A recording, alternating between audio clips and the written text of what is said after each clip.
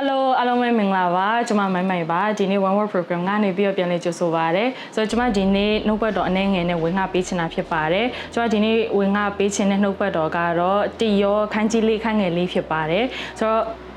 ကျန်းစာအရင်ဆုံးဖတ်ပေးချင်ပါတယ်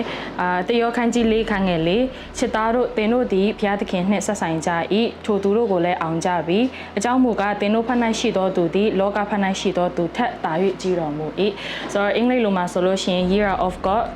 little children and have overcome them because greater is he that is in you than he that is in the world ဒီကျမ်းစာထဲမှာဆိုလို့ရှိရင်တော့ကျွန်တော်တို့အဓိက၃ပိုင်းတွေ့ရတယ်ပေါ့နော်အရင်ဆုံးအနေနဲ့ချစ်သားတို့သင်တို့ဒီဘုရားသခင်နဲ့ဆက်ဆိုင်ကြ၏ပေါ့နော်ဆိုတော့ကျွန်တော်တို့ကယေရှုကိုယုံကြည်ပြီးအနောက်မှာကျွန်တော်တို့ကဘုရားသခင်နဲ့ဆက်ဆိုင်တဲ့သူတွေဖြစ်သွားရဲဆိုတာကိုဒီကျမ်းပိုက်ကအရင်ဆုံးပြောတယ်ပြီးလို့ရှိရင်ဒုတိယချက်အနေနဲ့ဒီဘုရားသခင်နဲ့ဆက်ဆိုင်တဲ့သူတွေဖြစ်ပြီးရဲ့နောက်မှာဘာဆက်ဖြစ်သွားလဲဆိုလို့ရှိရင်ကျွန်မအထူးသူတို့ကိုလည်းအောင်ကြပြီပေါ့နော်ကျွန်မတို့ကလောကမှာရှိတဲ့အရာတွေကိုဘုရားကအရင်ဆုံးတိုက်ပြီးတော့အောင်ကြပါဆိုတာမျိုးမဟုတ်ဘဲနဲ့ဘုရားက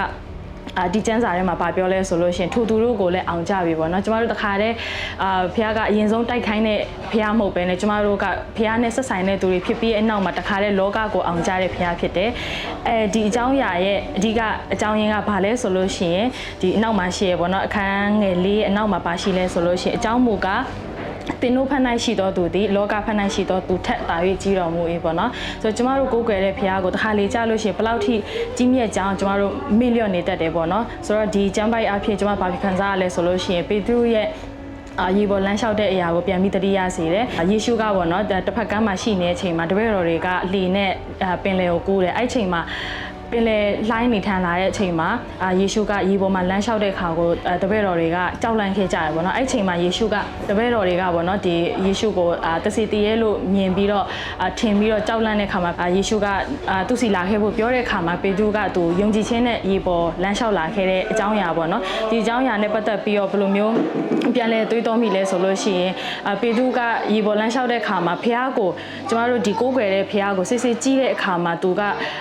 လူအနေနဲ့မတက်နိုင်တဲ့ရေပေါ်လမ်းလျှောက်တဲ့အရာကိုသူလုံနိုင်သွားတယ်ပေါ့နော်ဒါပေမဲ့ဘေးဖက်ကပင်လယ်လိုင်းလုံးတွေကိုကြီးလိုက်တဲ့ခါပေါ့နော်ကြီးလိုက်တာနဲ့တပြိုင်နက်တည်းသူကဒီလောကအရာတွေကိုကြီးလိုက်တာနဲ့တပြိုင်နက်သူက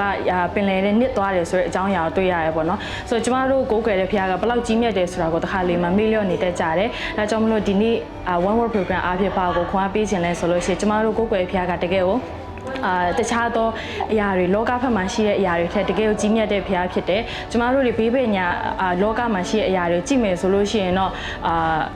ခွန်အားရခြင်းစရာကောင်းချင်မှကောင်းမယ်စိတ်ပြည့်ခြင်းစရာတွေကောင်းတာဖြစ်နိုင်တယ်ပေါ့နော်ဒါပေမဲ့ကျမတို့လောရမယ့်အရာတစ်ခုကပါလဲဆိုလို့ရှိရင်ကျမတို့ကဘုရားရဲ့သားဖြစ်တဲ့အတွက်ကြောင့်မလို့ဘုရားသခင်နဲ့ဆက်ဆိုင်တဲ့သူတွေဖြစ်တဲ့အတွက်ကြောင့်မလို့ကျမတို့ကလောကကိုအောင်ပြီးသားသူတွေဖြစ်တယ်အဲ့ခါမှာကျမတို့ကဘုရားကိုစစ်စစ်ကြည့်ဖို့အတွက်ပဲဘုရားကဖြစ်စေခြင်းတယ်ပေါ့နော်ဆိုတော့ကျမတို့ဘာလို့လဲဆိုလို့ရှိရင်ဘုရားကိုကျမတို့စစ်စစ်ကြည့်ရဲ့အခါမှာကျမတို့ဘုရားဘလောက်ကောင်းမြတ်တယ်ဆိုတဲ့အရာဘုရားကဘလောက်ထိကျမတို့ဘက်မှာရှိရဲ့ဘုရားကတခြားသောအရာတွေထက်ရှင်ကြည့်ရဲ့အခါမှာဘလောက်ထိကြီးမြတ်တယ်ဆိုတဲ့အရာကိုဒီကျမ်းပိုက်အားဖြင့်ကျမပြန်လဲပြီးတော့ဆင်ခြင်ခွန်အားယူမိတဲ့အရာလေးဖြစ်ပါတယ်လို့ဆိုတော့ဒီနေ့ one word program ကနေပြီးတော့ဒီတရောခန်းကြီးလေးခန်းငယ်လေးကနေပြီးတော့ကျွန်မဒီနေ့ဝင်ငါပေးခြင်းနဲ့နှုတ်ပတ်တော်ကတော့ဒီလောက်ထိပဲဖြစ်ပါတယ်ကျန်တာတို့ရောက်ချင်းစီတိုင်းပေါ်မှာဖျက်ရှိကောင်းချပေးပါစေ